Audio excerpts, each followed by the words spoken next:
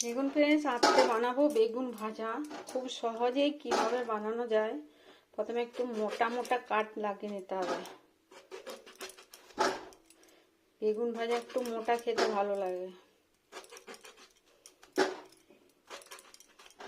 এখানটা দেবো না, ওটা ভেজ বানিয়ে নেবো যখন তখন দিয়ে নেব, তাড়াতাড়ি হবে। দেখুন কত সুন্দর, এতেই কটা হয়ে গেল। এবার এটাকে ধুয়ে নেবো পরিষ্কার করে। একবার আগে ধুয়ে নিয়েছিলাম, আবার কাটার পর ধুয়ে নিলাম। এটা বেগুন হয়ে গেল। কড়াই গরম হয়ে গেছে দেখুন। এবার এখানে দিয়ে নিচ্ছি সাদা তেল, বেগুনটা ফ্রাই করার জন্য।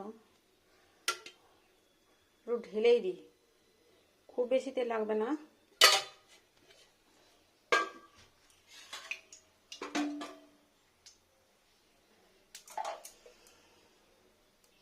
এটা হচ্ছে সর্ষে। এবার এটা স্লো করে দেবো টেম্পারেচারটাকে।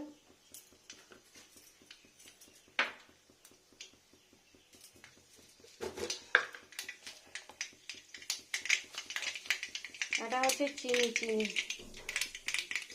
হ্যাঁ আসছি। চিনি, এটা হচ্ছে হলুদ। আসছি।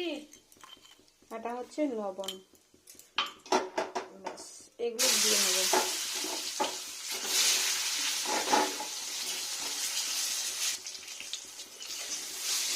দেখুন কত তাড়াতাড়ি কাজটা হবে, আর কি সুন্দর ভাজা ভাজা হয়ে যায়। এখন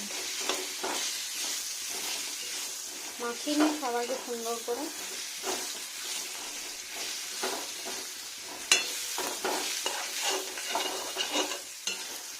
এভাবে কন্টিনিউ নাড়া দিতে হবে।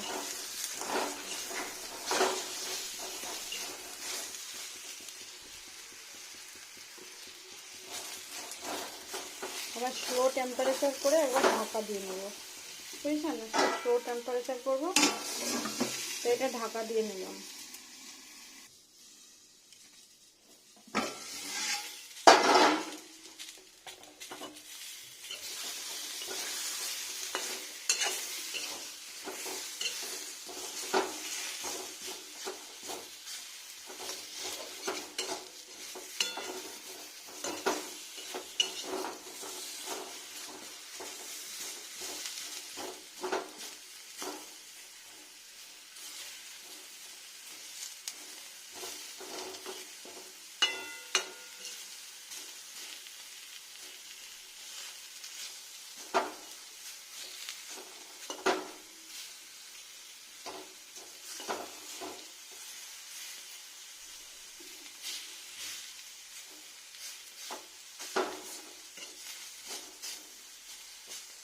দেখুন কত তাড়াতাড়ি কি সুন্দর একটা বান্নর পরে দাগ হয়ে গেল। আর এটা খেতেও টেস্টি। এটা হচ্ছে বেগুন ভাজা। এটা চিনিটা এখানে দিয়ে নেবো, গলে যাবে এখানে। বেগুনটা সেদ্ধ হয়ে গেছে, এবার হাই টেম্পারেচার দিয়ে ভেজে নিতে হবে। আর এখানে একটু সর্ষের তেল দিয়ে নিতে হবে সামান্য পরিমাণ, সুগন্ধির জন্য। বেগুনটা মুচমুচে থাকবে, অয়েলি। হাতে মেখে খেতে ভালো লাগবে, রুটিটা খুব সুন্দর। এবার তাড়াতাড়ি ঘুরপাক খাইয়ে নিতে হবে। এরকম করে পাক খাইয়ে নিলে বেগুন ভাজা রেডি। খুব কম তেলেও হবে, আর দেখতেও ভালো, বেশ লাল লাল বেগুন ভাজা। শীতে ওড়ার থেকে বেগুন ভাজাটা বেশি টেস্টি।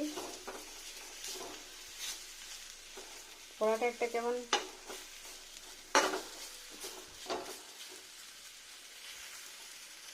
এটা রুটি দিয়ে খেতে খুব সুন্দর, মিষ্টি মিষ্টি থাকে তো একটু। দেখুন কত সুন্দর হয়ে গেল বেগুন ভাজা, খুব কম সময়ের মধ্যে হয়ে যাবে। ভিতরটা পুরো সফট একদম, দেখুন পুরো সেদ্ধ হয়ে গেছে। আর এত সুন্দর বা পোড়া পোড়া একটা।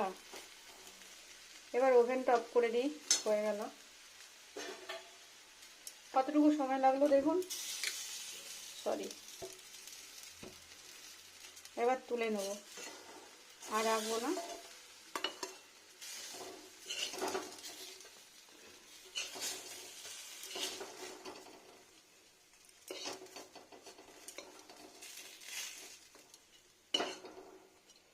Quick service. দেখুন কত সুন্দর হয়ে গেল বেগুন ভাজা, গরম গরম মুচমুচে। আর এটা আপনি রুটি ভাত দুটো দিয়েই খেতে পারবেন, খুব সুন্দর। এভাবে বানিয়ে নিন।